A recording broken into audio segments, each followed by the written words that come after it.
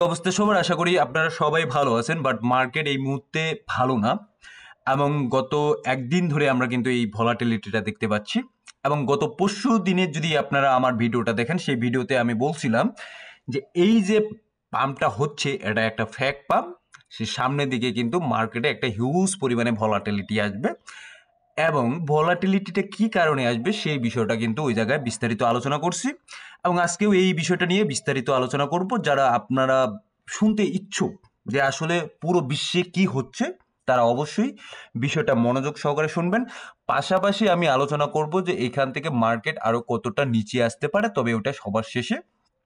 প্রথমত, আমি অর্থনীতির যে অবস্থানটা এই মুহূর্তে পুরো বিশ্বের, এটার কারণে আমরা আমাদের দেশ কিভাবে ক্ষতিগ্রস্ত হচ্ছে, এবং আমাদের দেশ বা আমাদের যে থার্ড ওয়ার্ল্ড কান্ট্রিগুলো আছে এগুলার অর্থনৈতিক যে ব্যবস্থাটা ভেঙে যাচ্ছে, এই বিষয়গুলো নিয়ে একটু আপনাদের জানা উচিত এবং আমার মনে হয় যে শোনা উচিত। দেখুন, প্রথম অবস্থায় যদি আপনাকে বলা হয় যে আমি যদি একটু আমার টেলিগ্রাম চ্যানেলে যাই, সেক্ষেত্রে আপনাদেরকে আমি এই জায়গাটাতে বলছিলাম যে এই ভয়ঙ্কর ট্যারিফের বলে হচ্ছে পুরো বিশ্বের অর্থনীতিতে। এবং এই যুদ্ধে কিন্তু ট্রাম্প কিছুটা জিতে গেল। এখন আপনারা বলতে পারেন যে ট্রাম্প এই জায়গাটাতে কিভাবে জিতে গেল। আমি বলি ট্রাম্প এই জায়গাটাতে কিভাবে জিতে গেল। দেখুন, প্রথমত একটা বিষয় আপনাদেরকে মাথায় রাখতে হবে যে ট্রাম্প এই কাজটা কেন করলো, কি কারণে করছে ট্রাম্প। ট্রাম্প এই কাজটা করছে এই কারণে, যখন আপনি দেখতেছেন যে আমাদের দেশ, আমি বাংলাদেশে থাকি এবং অন্যান্য দেশ যেগুলো আছে সেই দেশগুলোও কিন্তু যে আমদানি করতো ইউএস থেকে, সেই আমদানিকৃত যে প্রোডাক্ট থাকতো ওগুলোর উপর কিন্তু ট্যারিফ বসাইছিল। ঠিক আছে, 60%, 70%। এখন ওই পণ্য যেগুলোর উপর যারা ট্যারিফ বসাচ্ছিল, মানে আমাদের সরকার বা বিভিন্ন কান্ট্রির যে সরকার ট্যারিফ বসাচ্ছিল, এটার মূলত একটাই কারণ ছিল, যাতে আমরা ওই যে লাক্সারিয়াস পণ্য, কারণ আমরা আমেরিকা থেকে কিন্তু ছোটখাটো জিনিস নিয়ে আসি না, আমাদের খাদ্যদ্রব্যাদি খুব কম নিয়ে আসি, আমরা লাক্সারিয়াস জিনিসপত্র নিয়ে আসি, যার কারণে আমরা কিন্তু ওই জায়গাগুলোতে ট্যারিফ বসাইতাম 70%, 80%, ইভেন 90% পর্যন্ত কেউ কেউ ট্যারিফ বসাচ্ছিল। ঠিক আছে, এখন ডোনাল্ড ট্রাম্প এই জায়গায় দেখলো যে আমাদের পণ্যের উপর আপনারা এই জায়গাটাতে 70%, 60%, 80% ট্যারিফ বসাচ্ছেন, তাহলে আপনাদের প্রোডাক্ট, যে প্রোডাক্টগুলো আমাদের কান্ট্রিতে আসতেছে, কেন ওই প্রোডাক্টগুলোর উপর আমি ট্যারিফ বসাবো না। ঠিক আছে, এইখান থেকে শুরু হলো কাহিনীটা। এখন আমি বাংলাদেশে থাকি, বাংলাদেশের একটা যদি উদাহরণ দিই তাহলে পুরো বিষয়টা পরিষ্কার হয়ে যাবে যে ট্যারিফের যে ভয়াবহতাটা কি সেটা পরিষ্কার হয়ে যাবে। দেখুন, বাংলাদেশের উপর যে প্রোডাক্ট আছে, গার্মেন্টস প্রোডাক্ট আছে, সেটার উপর কিন্তু 30+ উপরে ট্যারিফ বসাচ্ছে, যার ফলে ইফেক্ট পড়তেছে সারা বাংলাদেশের অর্থনীতির উপর। আপনারা জানেন যে পরোক্ষ এবং প্রত্যক্ষভাবে কোটি কোটি মানুষের উপরেও কিন্তু এই গার্মেন্টস সেক্টরের সাথে আপনার একটা ওতপ্রোত সম্পর্ক আছে। এখন আপনি বলতে পারেন যে ভাই কিভাবে। দেখুন, ইকোসিস্টেম যখন আপনি বুঝবেন, আমি ইনকাম করতেছি, আমার ইনকামে আমার বাড়িওয়ালা চলতেছে, আমি যেখান থেকে জিনিসপত্র কিনি তারা চলতেছে, আমার ইনকাম কোথা থেকে? সেই গার্মেন্টস সেক্টর থেকে। এবং গার্মেন্টস সেক্টরের মালিক কোথা থেকে ইনকাম করতেছে? যখন আহ, রপ্তানি করতেছে কোথায়? ইউএসএ তে। ঠিক আছে, এখন ইউএসএ এখানে 30%-এর উপরে যে ট্যারিফটা বসালো, তার মানে কি হলো, গার্মেন্টস প্রোডাক্ট যেগুলো আমাদের ইউএস এর প্রাইস যত ডলারে ছিল তার চেয়ে কিন্তু 30%-এর উপরে এখন প্রাইস বেশি হবে, যার ফলে মানুষের উপর কিন্তু একটা নেগেটিভ এটার ইফেক্ট পড়বে। কারণ কিভাবে, আমি একটা দামি প্রাইস কিনবো না, প্রাইজে একটা শার্ট কিনবো না বা টি শার্ট কিনবো না বা একটা প্যান্ট কিনবো না, যেই দেশে গার্মেন্টসের প্রোডাক্টের উপর ট্যারিফটা কম আছে, সেই প্রোডাক্টের দামটা একটু কম পাবে, সেই প্রোডাক্টের উপর কিন্তু ঝুঁকবে মানুষজন। সো তাহলে কি হলো, আমাদের যে গার্মেন্টসের প্রোডাকশনটা আছে সেটা কিন্তু কমে গেল। এবং গার্মেন্টসের প্রোডাকশন যখন কমে যাচ্ছে, তখন কিন্তু কাটিং লে অফ হচ্ছে কিসের উপর? এই যে আপনার শ্রমিক আছে, তাদেরকে কাটিং করতেছে, কাট অফ করতেছে, তাদেরকে বের করে দিচ্ছে।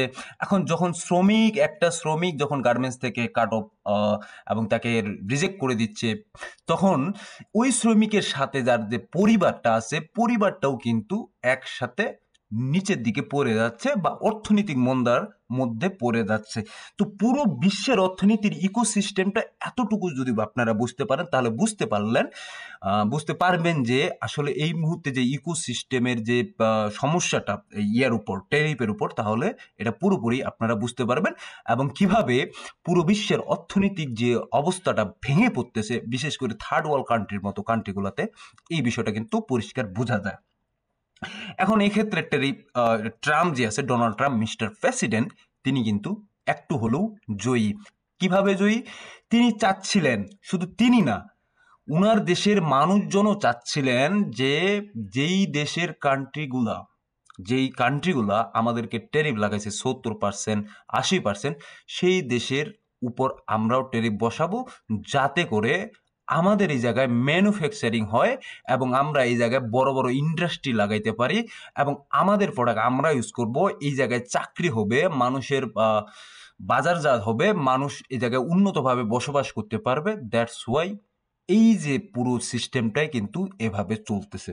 ঠিক আছে, এখন এই জায়গাটাতে সবচেয়ে বলির পাঠা হয়ে গেলাম আমাদের মতো ক্রিপ্টো ইনভেস্টররা। যদিও আমি মার্কেটের ইয়ার কথা বলবো না, অন্যান্য স্টক মার্কেটের ক্ষেত্রে যদি বলি, সেক্ষেত্রে ইউএস এরটা যদি আপনাদেরকে এই মুহূর্তে দেখাই, ইউএস কিন্তু মোটামুটি একটা ভালো জায়গায় আছে, যদিও নাই কিন্তু মোটামুটি একটা জায়গায় আছে। সেভাবে ফল ডাউন এই মুহূর্তে দেখা যাচ্ছে না, যতটুকু ফল ডাউন করছে সেটা কিন্তু আবার রিকভারি করছে।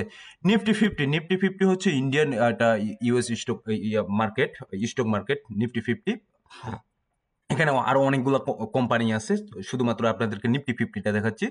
এই জায়গাতেও কিন্তু আপনারা দেখতে পাচ্ছেন যে অনেকগুলা যে কোম্পানি আছে তাদের শেয়ার কিন্তু 2%, 3%, 4% এইভাবেই বাড়ে।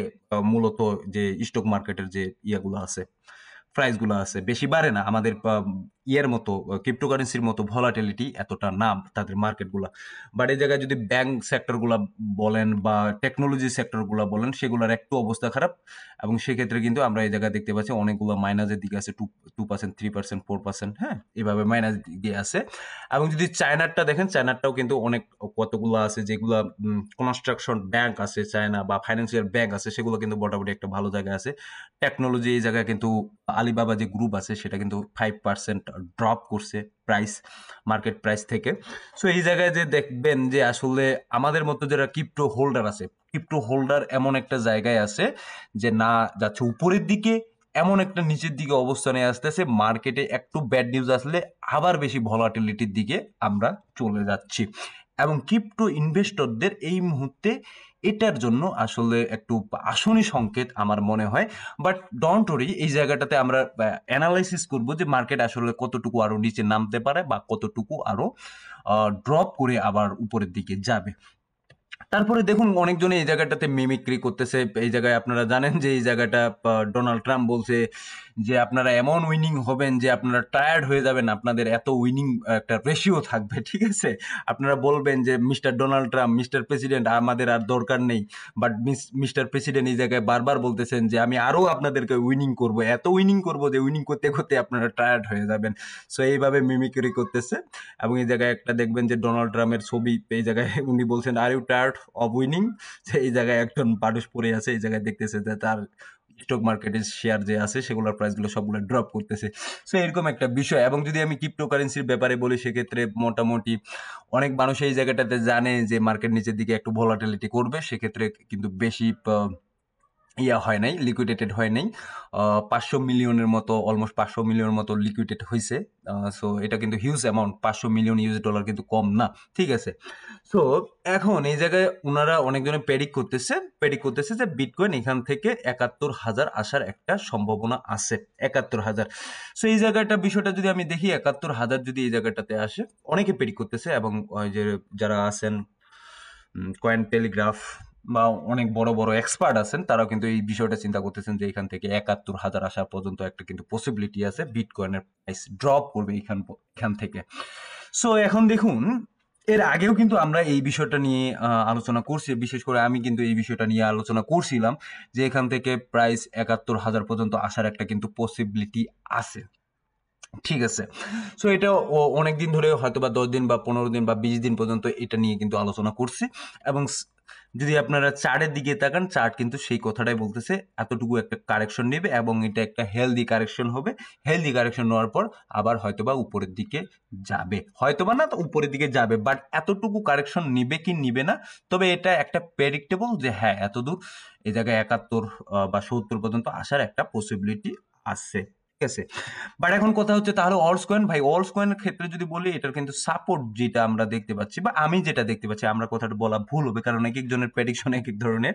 আর এটা যদি আমি সাপোর্ট দেখতে পাই সেক্ষেত্রে আমি বলবো যে এটা লাস্ট একটা যে সাপোর্ট আছে সেটা হচ্ছে 633 বিলিয়ন মার্কিন ডলারের যে মার্কেট ক্যাপের একটা সাপোর্ট আছে এই জায়গাটাতে, বা 650 বিলিয়ন মার্কেট ক্যাপের এই জায়গায় একটা সাপোর্ট আছে। পাশাপাশি যদি আমরা এই জায়গাটাতে দেখি বা 700 পর্যন্ত, এখানে যেটা লাস্ট 710 পর্যন্ত গেছিল এই জায়গাটাতে, যখন বড় একটা ক্র্যাশ হয় তখন 710 পর্যন্ত এই জায়গায় আসছিল। বাট আমার মনে হয় ওভারঅল যদি এই জায়গাটা মাঝখানেরটা দেখি 770 বা 750 বা এই জায়গাটাতেই রেঞ্জটাতেই কিন্তু আপনার ঘোরাফেরা করবে এবং আমার সেটাই মনে হচ্ছে যে এই জায়গাটাতেই ঘোরাফেরা করার একটা পসিবিলিটি আছে। হ্যাঁ, ঠিক আছে, দেন আবার রিটার্ন ব্যাক করবে এবং রিটার্ন ব্যাকটা কিন্তু খুব অল্প বা খুব সহজেই হচ্ছে না এই জায়গাটাতে, কারণ এটা একটা লং টার্ম নেওয়ার একটা পসিবিলিটি আছে, লং টার্ম একটা সময় নিবে। ঠিক আছে, কারণ এটা যদি market cap all time high দেখি 1.16 পর্যন্ত এই জায়গাটাতে আছে এবং 1.16 পর্যন্ত যতক্ষণ পর্যন্ত মার্কেট ক্যাপ না যাচ্ছে বা 1 ট্রিলিয়ন পর্যন্ত এই জায়গাটাতে 1 ট্রিলিয়ন, আচ্ছা আমি 1 ট্রিলিয়নে যদি দেখাই 1 ট্রিলিয়ন পর্যন্ত এই জায়গাটা যদি যতক্ষণ পর্যন্ত মার্কেট ক্যাপ না আসতেছে ততক্ষণ পর্যন্ত কিন্তু আমাদের যে অলস কয়েনের যে ইয়েটা আছে, পোর্টফোলিও যে ডাউন আছে অলস কয়েনের, ঠিক ততটা রিকভার হবে না। আমাদেরকে মিনিমাম 1.10 বা 1 ট্রিলিয়ন পর্যন্ত এই জায়গাটাতে পৌঁছাইতে হবে। সো এতটুকু গেল হচ্ছে আপনার অবস্থান, এতটুকু গেল মার্কেটের সিচুয়েশন। দেখুন প্রত্যেকটা মানুষের এই জায়গাটাতে আমরা যেটা চিন্তা করি তার বিপরীতে ঘটে এবং এই ট্যারিফ যদি না আসতো, এই ট্যারিফ যদি না হইতো তাহলে মার্কেটের সিচুয়েশনটা এমনটা হইতো না। সেই বিষয়টা কিন্তু আপনাদেরকে এর আগে আমি অনেকবার বলছিলাম। সো ধন্যবাদ সবাইকে, ভালো থাকবেন, সুস্থ থাকবেন। আর হ্যাঁ, একটা বিষয় মাথায় রাখবেন যে আপনারা হোপলেস তো হওয়ার এই জায়গায় কিছু নেই ভাই, সবাই আমরা লসে আছি, এটা এর আগেও আমি বলছি যে লসে আছি সবাই। বাট এই জায়গাটাতে আমাদেরকে একটু ধৈর্য ধরে থাকতে হবে। আপনারা বলতে পারেন যে ভাই কত ধৈর্য ধরবো, বাট আমার মনে হয় যে এই মুহূর্তে মার্কেটের সাথে আপনার যুদ্ধ করে আপনার বিপরীতে আপনারই ক্ষতি হবে, মার্কেটের কোনো ক্ষতি হবে না।